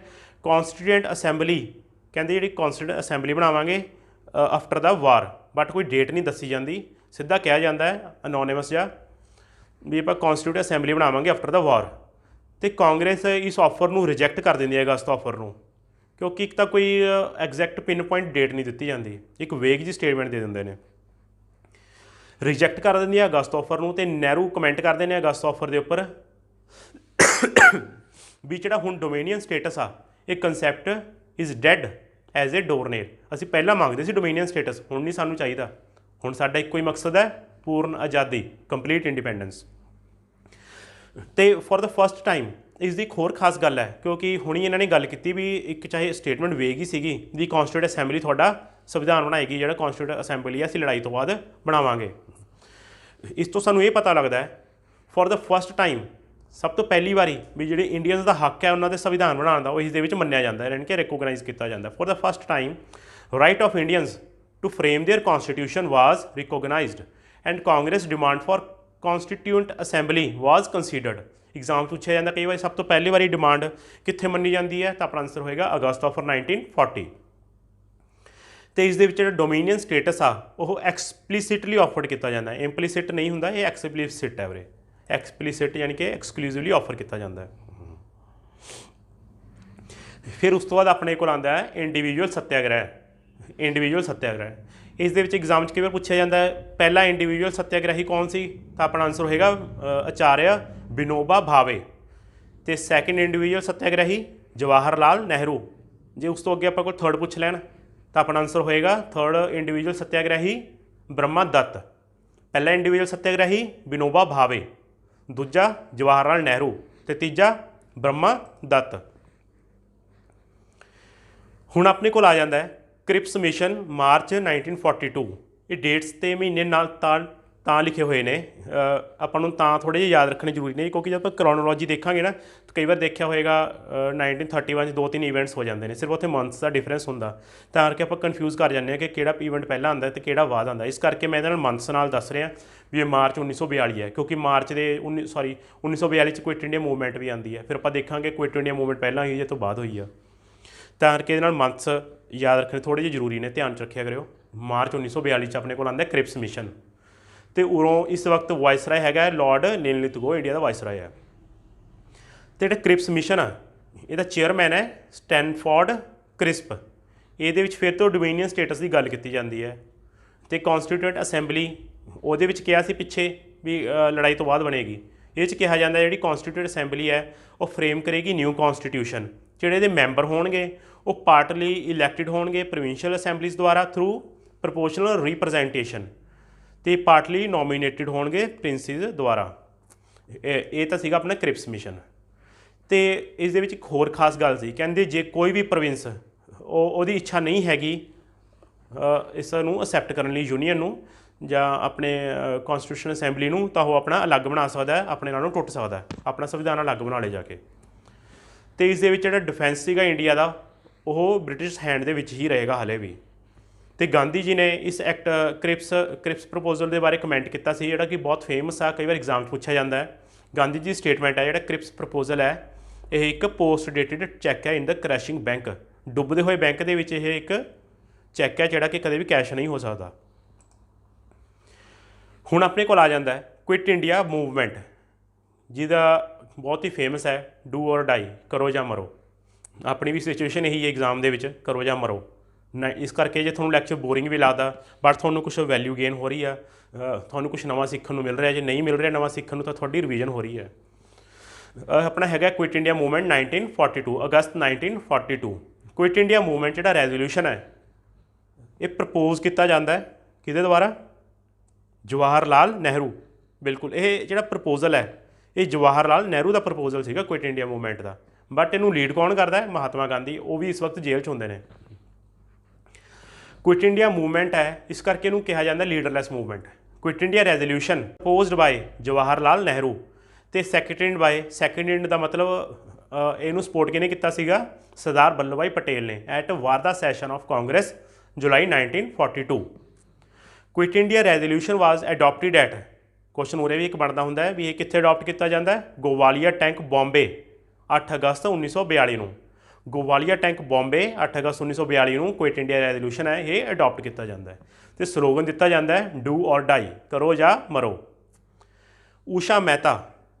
ਊਸ਼ਾ ਮਹਿਤਾ ਸਟਾਰਟ ਕਰਦੇ ਨੇ ਇੱਕ ਅੰਡਰਗਰਾਊਂਡ ਰੇਡੀਓ ਬੰਬੇ ਦੇ ਵਿੱਚ। ਇੱਕ ਹੋਰ ਇੰਪੋਰਟੈਂਟ ਪੁਆਇੰਟ ਹੈ, ਮੁਸਲਿਮ ਲੀਗ ਤੇ ਹਿੰਦੂ ਮਹਾਸਭਾ ਇਹਦੇ ਵਿੱਚ ਪਾਰਟੀਸਪੇਟ ਨਹੀਂ ਕਰਦੀ, ਕੁਇਟ ਇੰਡੀਆ ਮੂਵਮੈਂਟ ਦਾ ਬਾਈਕਾਟ ਕਰ ਦਿੰਦੀ ਹੈ। ਮੁਸਲਿਮ ਲੀਗ ਵੀ ਪਾਰਟੀਸਪੇਟ ਨਹੀਂ ਕਰਦੀ ਤੇ ਹਿੰਦੂ ਮਹਾਸਭਾ ਵੀ ਨਹੀਂ ਕਰਦੀ।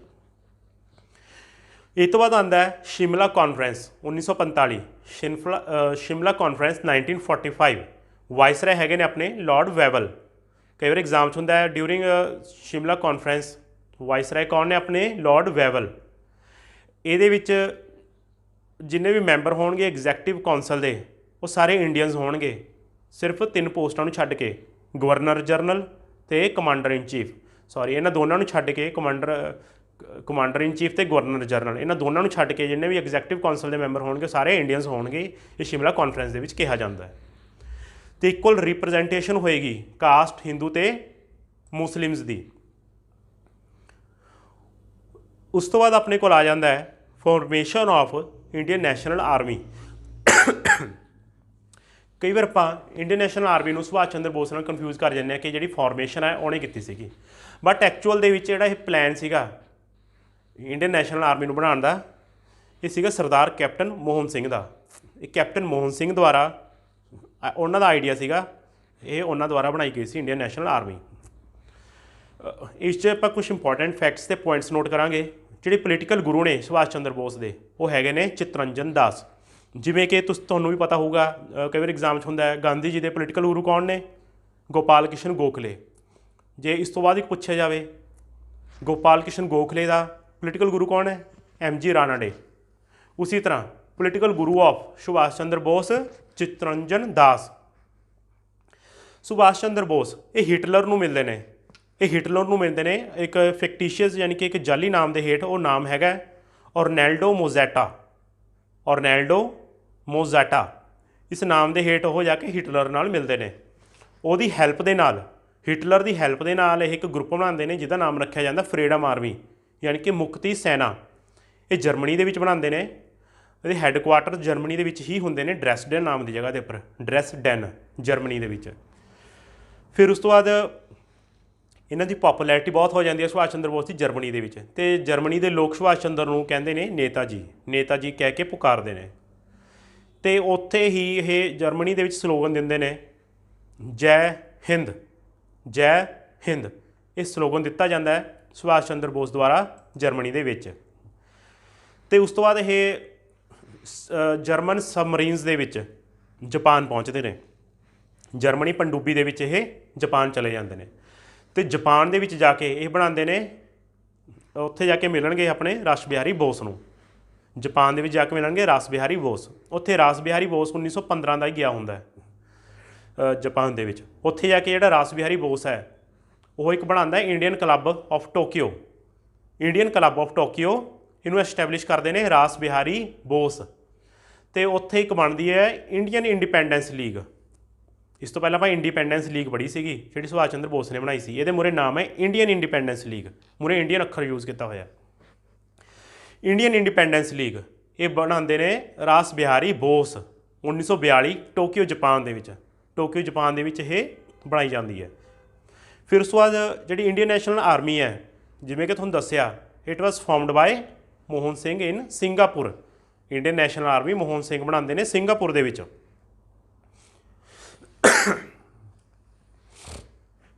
ਸੁਭਾਸ਼ ਚੰਦਰ ਬੋਸ ਹੁਣ ਦੇਖਿਆ ਆਪਾਂ ਦੋ ਗਰੁੱਪ ਬਣ ਗਏ, ਯਾਨੀ ਕਿ ਹੁਣ ਉਹਨਾਂ ਕੋਲ ਦੋ ਲੀਗਸ ਨੇ, ਇਹਨਾਂ ਦੋਨਾਂ ਨੂੰ ਓਵਰਟੇਕ ਕਰਨਗੇ।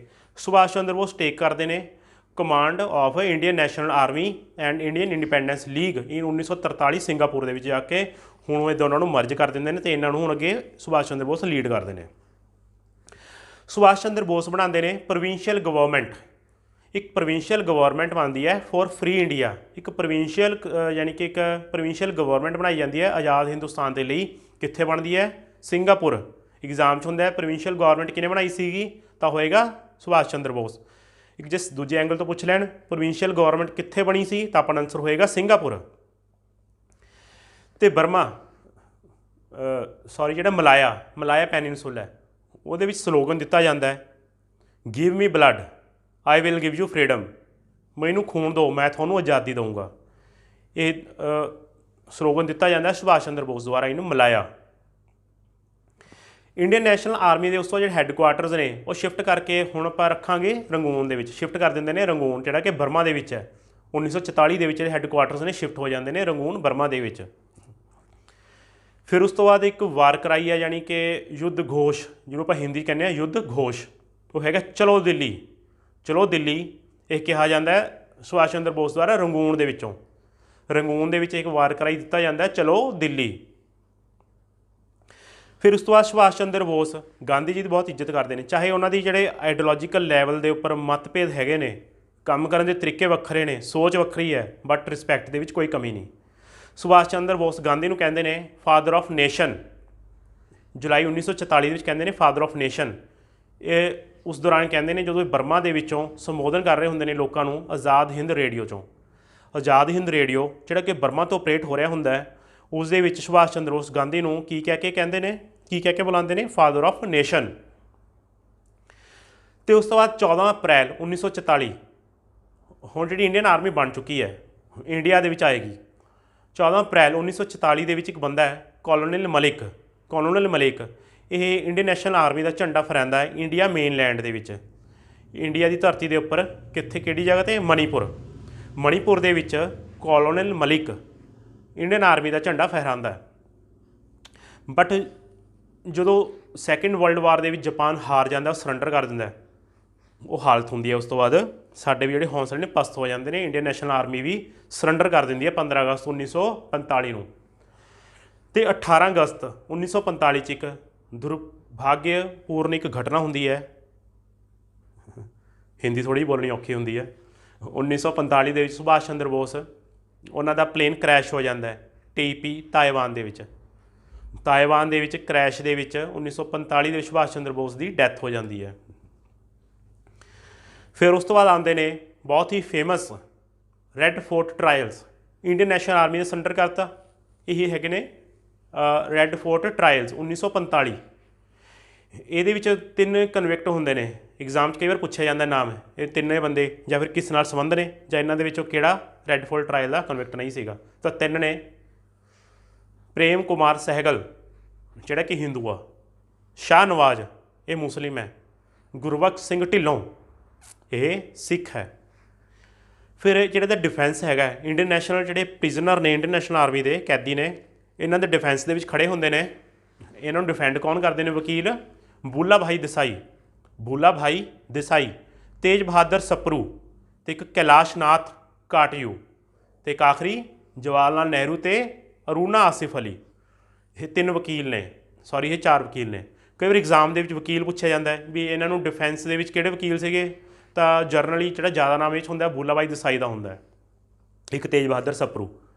तो आप ये नाम याद रखा, बूला भाई देसाई, तेज बहादुर सप्रू, कैलाश नाथ काटयू, जवाहर लाल नेहरू तो आसिफ अली ये डिफेंस के वकील खड़ते हैं।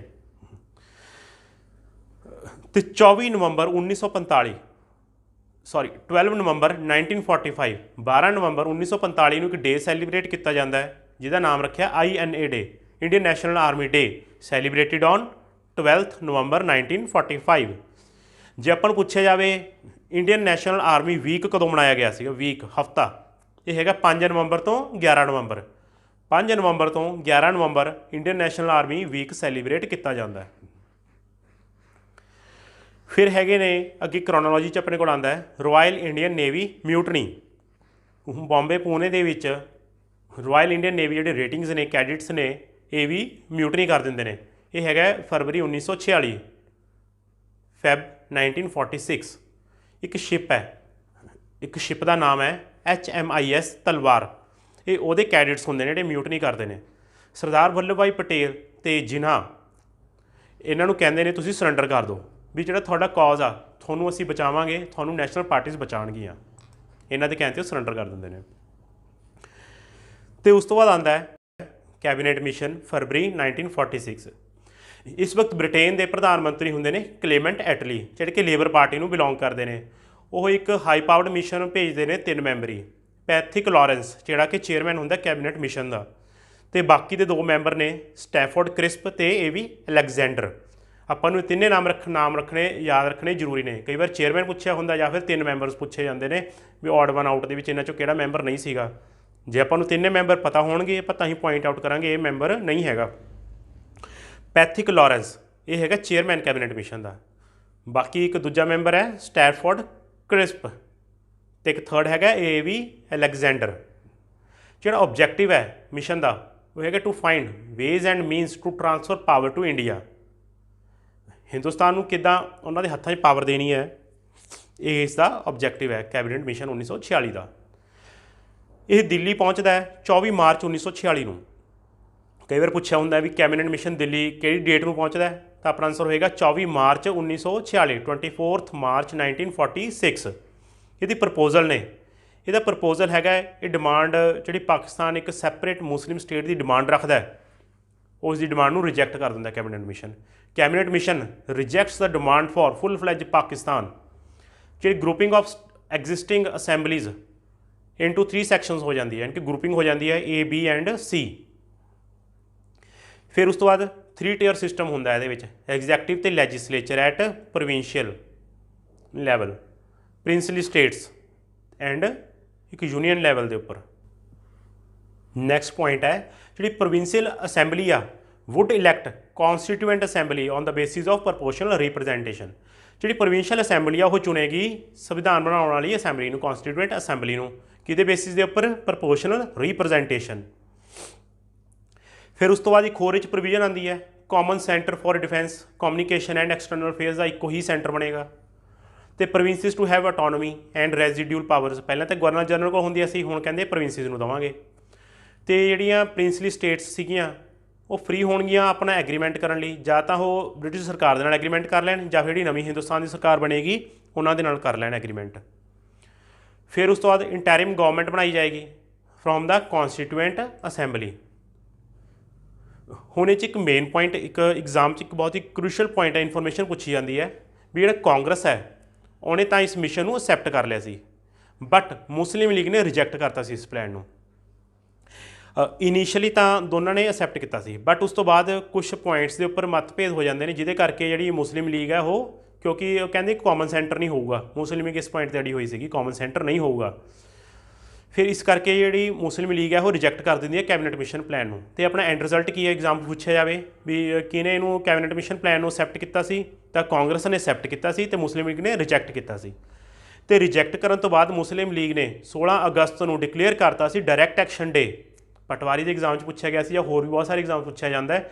ਡਾਇਰੈਕਟ ਐਕਸ਼ਨ ਡੇ ਡੇਟ ਪੁੱਛੀ ਗਈ ਸੀ, ਡਾਇਰੈਕਟ ਐਕਸ਼ਨ ਡੇ ਇਹ ਹੈਗਾ 16 ਅਗਸਤ ਨੂੰ ਮੁਸਲਿਮ ਲੀਗ ਡਿਕਲੇਅਰ ਕਰਦੀ ਹੈ। ਫਿਰ ਉਸ ਤੋਂ ਬਾਅਦ ਇੰਟੈਰਿਮ ਗਵਰਨਮੈਂਟ ਬਣਦੀ ਹੈ 2 ਸਤੰਬਰ 1946 ਨੂੰ।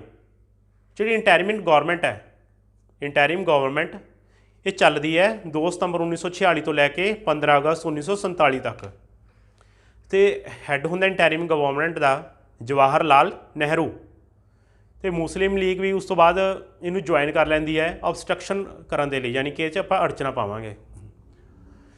ਤੇ ਜਵਾਹਰ ਲਾਲ ਨਹਿਰੂ ਵਾਈਸ, ਹੁਣ ਆਪਾਂ ਪੋਰਟਫੋਲੀਓਜ਼ ਦੇਖਾਂਗੇ ਵੀ ਕਿਹਨਾਂ ਨੂੰ ਕੀ ਮਿਲਿਆ ਸੀ ਇੰਟੈਰਿਮ ਗਵਰਨਮੈਂਟ ਦੇ ਵਿੱਚ। ਜਵਾਹਰ ਲਾਲ ਨਹਿਰੂ ਇਹ ਹੈਗੇ ਨੇ vice president of executive council, external affairs and Commonwealth relations, ਇਹ ਤਿੰਨੇ ਪੋਰਟਫੋਲੀਓ ਨੇ ਜਵਾਹਰ ਲਾਲ ਨਹਿਰੂ ਕੋਲ। ਵੱਲਭ ਭਾਈ ਪਟੇਲ ਇਹਨਾਂ ਕੋਲ ਹੈਗੀ ਆ ਹੋਮ ਮਿਨਿਸਟਰੀ ਤੇ information and broadcasting. Baldev Singh defence. John Matthai ਇਹਨਾਂ ਕੋਲ ਇੰਡਸਟਰੀਜ਼ ਐਂਡ ਸਪਲਾਈਜ਼। ਸੀ ਰਾਜਾ ਗੋਪਾਲਾਚਾਰੀ ਇਹਨਾਂ ਕੋਲ ਹੈਗਾ ਐਜੂਕੇਸ਼ਨ ਡਿਪਾਰਟਮੈਂਟ। ਆਪਾਂ ਨੂੰ ਪੋਰਟਫੋਲੀਓ ਯਾਦ ਰੱਖਣੇ ਜ਼ਰੂਰੀ ਨੇ, ਕਈ ਵਾਰ ਮੈਚ ਦਾ ਫੋਲੋਇੰਗ ਦੇ ਵਿੱਚ ਹੁੰਦੇ ਨੇ ਇਹ। CH Bhabha works mines and powers, ਆਪਾਂ 14 ਕਰਾਂਗੇ, ਤੁਸੀਂ ਮੇਨ ਆਪਣੇ ਆਪ ਯਾਦ ਰੱਖ ਸਕਦੇ ਹੋ, ਆਪਾਂ 14 ਦੇ 14 ਕਰਾਂਗੇ। ਰਜਿੰਦਰ ਪ੍ਰਸਾਦ ਇਹਨਾਂ ਕੋਲ ਹੈਗਾ food and agriculture. Jagjivan Ram ਇਹਨਾਂ ਕੋਲ ਹੈਗਾ ਲੇਬਰ, ਇਹਨਾਂ ਕੋਲ ਲੇਬਰ ਡਿਪਾਰਟਮੈਂਟ ਹੈ। ਅਰੁਣਾ ਆਸਿਫ ਅਲੀ ਇਹਨਾਂ ਕੋਲ ਹੈਗਾ ਰੇਲਵੇਜ਼। ਫਿਰ ਉਸ ਤੋਂ ਬਾਅਦ ਜਿਹੜੇ 4 ਨੇ 10 11 12 13 14 ਇਹ ਹੈਗੇ ਮੁਸਲਿਮ ਲੀਗ ਕੋਲ। ਉਹਦੇ ਵਿੱਚ ਜਿਹੜਾ ਸਭ ਤੋਂ ਇੰਪੋਰਟੈਂਟ ਹੈ ਚੌਧਰੀ ਲਿਆਕਤ ਖਾਨ। ਲਿਆਕਤ ਖਾਨ ਕੋਲ ਹੈਗਾ ਫਾਈਨਾਂਸ ਡਿਪਾਰਟਮੈਂਟ। ਕਈ ਵਾਰ ਐਗਜ਼ਾਮ 'ਚ ਪੁੱਛਿਆ ਹੁੰਦਾ ਹੈ ਫਾਈਨਾਂਸ ਡਿਪਾਰਟਮੈਂਟ ਕਿਸ ਦੇ ਕੋਲ ਹੈ, ਤਾਂ ਆਪਣਾ ਆਨਸਰ ਹੋਏਗਾ ਲਿਆਕਤ ਖਾਨ। ਇਬਰਾਹਿਮ ਇਸਮੇਲ ਇਹਨਾਂ ਕੋਲ ਕਮਰਸ ਹੈ। ਅਬਦੁਰ ਨਿਸ਼ਤਾਰ ਕਮਿਊਨੀਕੇਸ਼ਨਸ ਹੈ ਇਹਨਾਂ ਕੋਲ। ਗਜ਼ ਜ਼ਫਰ ਇਹਨਾਂ ਕੋਲ ਹੈਗਾ ਹੈਲਥ। ਜੋਗਿੰਦਰ ਨਾਥ ਮੰਡਲ ਇਹਨਾਂ ਕੋਲ ਹੈਗਾ ਲਾਅ ਡਿਪਾਰਟਮੈਂਟ ਸੀ। ਇਹ 14 ਨੇ ਜਿਹੜੇ ਤੁਸੀਂ ਪਾਊਜ਼ ਕਰਕੇ ਜਾਂ ਪਿੱਛੇ ਬੈਕ ਕਰਕੇ ਇਹਨੂੰ ਯਾਦ ਕਰ ਲਿਓ ਜਾਂ ਲਿਖ ਲਿਓ ਕਿਤੇ। ਇਸ ਤੋਂ ਬਾਅਦ ਬਣਦੀ ਆ ਆਪਣੀ ਕੌਂਸਟੀਟਿਊਐਂਟ ਅਸੈਂਬਲੀ। ਕੌਂਸਟੀਟਿਊਐਂਟ ਅਸੈਂਬਲੀ ਦੀ ਜਿਹੜੀ ਪਹਿਲੀ ਮੀਟਿੰਗ ਹੈ ਇਹ ਹੁੰਦੀ ਹੈ 9 ਦਸੰਬਰ 1946 ਨੂੰ। 9 ਦਸੰਬਰ 1946 ਨੂੰ ਜਿਹੜੀ ਪਹਿਲੀ ਕੌਂਸਟੀਟਿਊਐਂਟ ਅਸੈਂਬਲੀ ਦੀ ਮੀਟਿੰਗ ਹੁੰਦੀ ਹੈ। ਤੇ ਮੁਸਲਿਮ ਲੀਗ ਇਹਦੇ ਵਿੱਚ ਪਾਰਟਿਸਿਪੇਟ ਨਹੀਂ ਕਰਦੀ, ਇਹਨੂੰ ਅਟੈਂਡ ਨਹੀਂ ਕਰਦੀ। ਤੇ ਓਬਜੈਕਟਿਵ ਰੈਜ਼ੋਲਿਊਸ਼ਨ ਜਿਹੜੇ ਕਿ ਡਰਾਫਟ ਕੀਤਾ ਜਾਂਦਾ ਹੈ ਜਵਾਹਰ ਲਾਲ ਨਹਿਰੂ ਦੁਆਰਾ, ਤੇ ਮੂਵ ਵੀ ਕੀਤਾ ਜਾਂਦਾ ਜਵਾਹਰ ਲਾਲ ਨਹਿਰੂ ਦੁਆਰਾ 13 ਦਸੰਬਰ 1946 ਨੂੰ। ਆਪਾਂ ਹੋਰ ਡਰਾਫਟਡ ਰੈਜ਼ੋਲਿਊਸ਼ਨ ਜਿਹੜਾ ਆਪਾਂ ਦੇਖਿਆ ਇਹ ਓਬਜੈਕਟਿਵ ਰੈਜ਼ੋਲਿਊਸ਼ਨ, ਤਾਂ ਆਨਸਰ ਹੋਏਗਾ ਜਵਾਹਰ ਲਾਲ ਨਹਿਰੂ। ਫਿਰ ਇੰਡੀਪੈਂਡੈਂਸ, ਹੁਣ ਆਪਣੀ ਆਏਗਾ ਇੰਡੀਪੈਂਡੈਂਸ ਐਕਟ, ਆਜ਼ਾਦੀ। ਆਪਾਂ ਸਾਰਿਆਂ ਨੂੰ ਪਤਾ 15 ਅਗਸਤ ਨੂੰ ਆਪਾਂ ਨੂੰ ਆਜ਼ਾਦੀ ਮਿਲੀ ਸੀ, ਬਟ ਜਿਹੜੀ ਇਹ ਡੇਟ ਆ 1947 ਨਹੀਂ ਹੁੰਦੀ ਸੀ। ਸਭ ਤੋਂ ਪਹਿਲਾਂ ਇਹ ਤੈਅ ਕੀਤੀ ਗਈ ਸੀ, ਇਹ ਜੂਨ ਹੋਏਗੀ 30 ਜੂਨ 1948। 30 ਜੂਨ 1948 ਨੂੰ ਇਹ ਤੈਅ ਕੀਤਾ ਗਿਆ ਸੀ ਭਾਈ ਇੰਡੀਆ ਦੇ ਹੱਥ ਜਿਹੜੀ ਪਾਵਰ ਆ ਉਹ ਟਰਾਂਸਫਰ ਕਰ ਦੇਵਾਂਗੇ। ਤੇ ਉਸ ਦੌਰਾਨ ਜਦੋਂ ਆਜ਼ਾਦੀ ਮਿਲਦੀ ਆ ਉਦੋਂ ਕਾਂਗਰਸ ਦੇ ਪ੍ਰੈਜ਼ੀਡੈਂਟ ਕੌਣ ਹੁੰਦੇ ਨੇ, JB ਕ੍ਰਿਪਲਾਨੀ। ਤੇ ਹਰ ਪਾਸੇ ਦੰਗੇ ਹੋਣ ਲੱਗਦੇ ਨੇ ਤੇ ਜਿਸ ਦੇ ਕਰਕੇ ਜਿਹੜਾ ਫੈਸਲਾ ਹੈ ਪਹਿਲਾਂ ਲੈਣਾ ਪੈਂਦਾ। 5 ਜੁਲਾਈ 1947 ਨੂੰ ਬ੍ਰਿਟਿਸ਼ ਪਾਰਲੀਮੈਂਟ ਇੱਕ ਐਕਟ ਪਾਸ ਕਰਦੀ ਹੈ ਜਿਹਦਾ ਨਾਮ ਹੈ Indian independence act. Indian independence act ਇਹ ਪਾਸ ਕੀਤਾ ਜਾਂਦਾ ਹੈ, ਇਹ ਬੇਸ ਹੁੰਦਾ ਮਾਊਂਟ ਬੈਟਨ ਰਿਪੋਰਟ ਦੇ ਉੱਪਰ, ਉਹਦੇ ਪਲਾਨ ਦੇ ਉੱਪਰ। ਤੇ 18 ਜੂਨ 1947 ਨੂੰ ਇਸ ਦੇ ਉੱਪਰ ਸ਼ਾਹੀ ਦਸਤਖਤ ਹੁੰਦੇ ਨੇ, ਰਾਇਲ ਅਸੈਂਟ ਮਿਲਦੀ ਹੈ ਤੇ ਜਿਹੜਾ ਐਕਟ ਇੰਪਲੀਮੈਂਟ ਹੁੰਦਾ ਹੈ 15 ਅਗਸਤ 1947। ਸਾਨੂੰ ਆਜ਼ਾਦੀ ਕਿਵੇਂ ਮਿਲੀ ਸੀ, ਇੰਡੀਪੈਂਡੈਂਸ ਐਕਟ 15 ਅਗਸਤ 1947। ਫਿਰ ਸਭ ਤੋਂ ਪਹਿਲਾਂ ਜਿਹੜਾ ਆਜ਼ਾਦ ਹੁੰਦਾ ਹੈ ਉਹ ਹੈਗਾ ਪਾਕਿਸਤਾਨ, ਉਹਦਾ ਇੰਡੀਪੈਂਡੈਂਸ ਡੇ ਹੈਗਾ 14 ਅਗਸਤ 1947। ਤੇ ਆਜ਼ਾਦ ਪਾਕਿਸਤਾਨ ਦਾ ਪਹਿਲਾ ਗਵਰਨਰ ਜਨਰਲ ਕੌਣ ਬਣਦਾ ਹੈ, MA ਜਿਨਾ, ਮੁਹੰਮਦ ਅਲੀ ਜਿਨਾ, ਇਹ ਬਣਦਾ ਹੈ ਪਹਿਲਾ ਗਵਰਨਰ ਜਨਰਲ ਪਾਕਿਸਤਾਨ ਦਾ।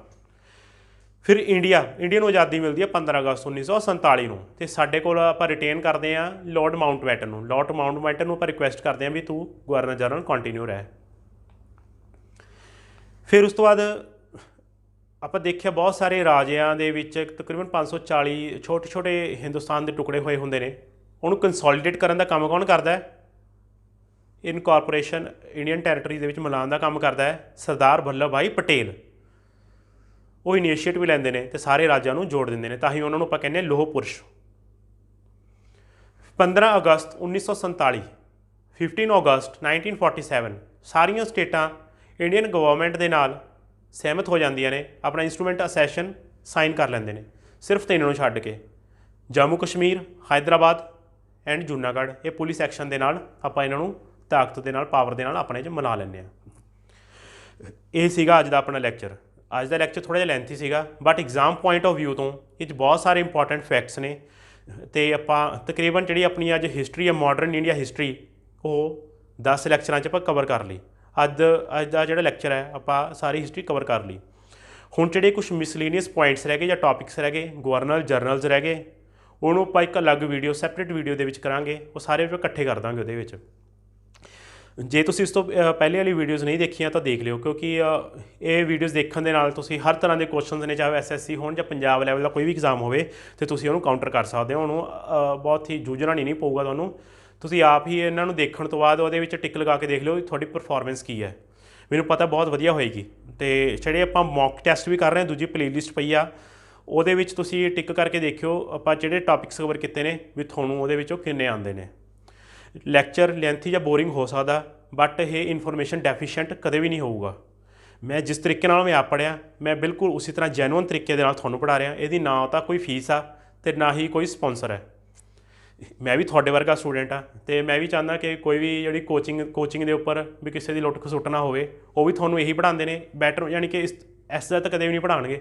ਉਹ ਨਾ ਹੀ ਤੁਹਾਨੂੰ ਸੋਰਸ ਦੱਸਣਗੇ। ਮੈਂ ਤੁਹਾਨੂੰ ਸੋਰਸ ਵੀ ਦੱਸਿਆ ਵੀ ਇਹ ਸੋਰਸ ਕੀ ਹੈ, ਵੀ ਤੁਸੀਂ ਖੁਦ ਵੀ ਪੜ੍ਹ ਸਕਦੇ ਹੋ। 1000 ਪੇਜ ਦੀ ਤਕਰੀਬਨ ਕਿਤਾਬ ਹੈ ਇਹ। ਤੁਹਾਡੀ ਐਫਰਟ ਘੱਟ ਲੱਗੇ ਕਿਉਂਕਿ ਮੈਂ ਬੁੱਕ ਨੂੰ ਬਹੁਤ ਵਾਰ ਪੜ੍ਹਿਆ ਹੋਇਆ, ਇਸ ਕਰਕੇ ਮੈਂ ਇਨੀਸ਼ੀਏਟਿਵ ਲਿਆ। ਮੈਂ ਸੋਚਿਆ ਕਿ ਕਿਉਂ ਨਾ ਇਹਨੂੰ ਕਰਾਇਆ ਜਾਵੇ ਇਸ ਪਲੈਟਫਾਰਮ ਦੇ ਉੱਪਰ, ਸਾਰਾ ਕੁਛ ਫ੍ਰੀ, ਤਾਂ ਕਿ ਤੁਹਾਨੂੰ ਕਿਤੇ ਵੀ ਪੇਡ ਲੈਕਚਰਸ ਨਾ ਲੈਣੇ ਪੈਣ, ਜਿਹਦੀ ਕਿ ਬਿਲਕੁਲ ਵੀ ਲੋੜ ਨਹੀਂ ਹੈਗੀ।